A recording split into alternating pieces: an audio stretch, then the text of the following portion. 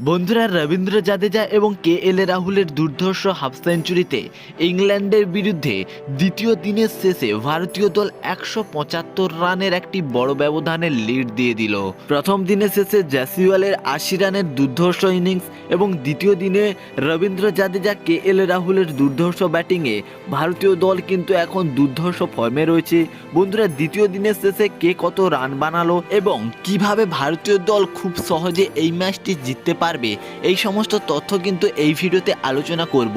ভিডিওটি শুরু করার আগে তুমি যদি রোহিত শর্মার একজন চরম ভক্ত হয়ে থাকো তাহলে চ্যানেলটিকে একটি লাইক এবং সাবস্ক্রাইব করে দিও।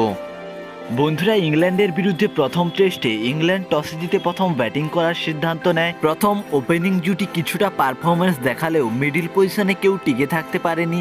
শুধুমাত্র ক্যাপ্টেন বেন স্টোকের 70 রানের একটি দুর্ধর্ষ ইনিংসে ইংল্যান্ড দল 246 রান বানায় এবং এই রানটি চেস করতে নেমে ভারতীয় দলের ওপেনিং জুটি দুর্ধর্ষ পারফরমেন্স দেখায়।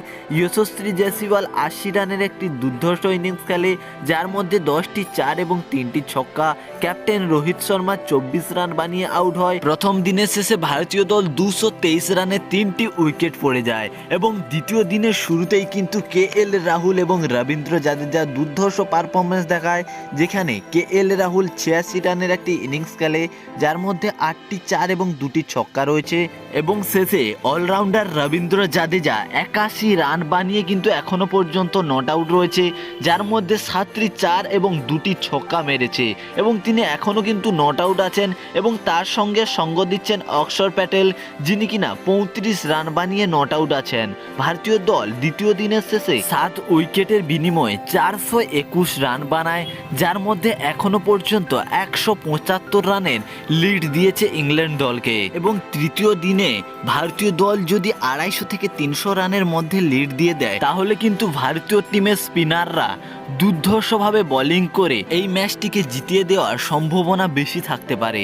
বন্ধুরা, তোমাদের কি মনে হয় ভারতীয় টিম কি পারবে প্রথম টেস্ট ম্যাচটি তাদের নামে করতে? তোমরা তোমাদের মতামত কিন্তু অবশ্যই কমেন্ট করে জানাবে। ধন্যবাদ।